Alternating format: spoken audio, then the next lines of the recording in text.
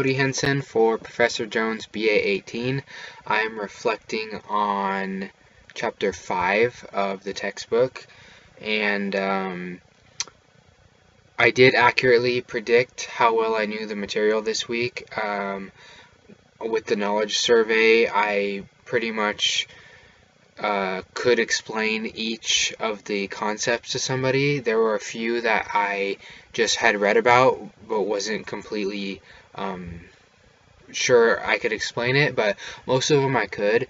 And one thing I did that helped me to do well on the quiz is I first read the whole chapter, and then first I looked at the knowledge survey before, looked at all the things, and then I read the whole chapter, and then after that I took the knowledge survey, and I could explain most of the stuff. And then after I took the knowledge survey, right before I took the quiz, I watched the videos on chapter 5, and then I felt like doing that in that process really helped me to do well. I got a 5.5 out of 5 on the 5.5 on the quiz.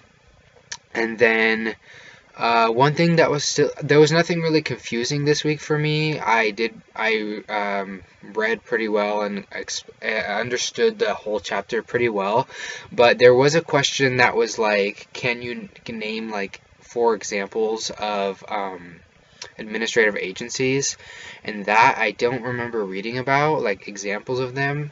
So that one, I guess, was a little bit confusing to me.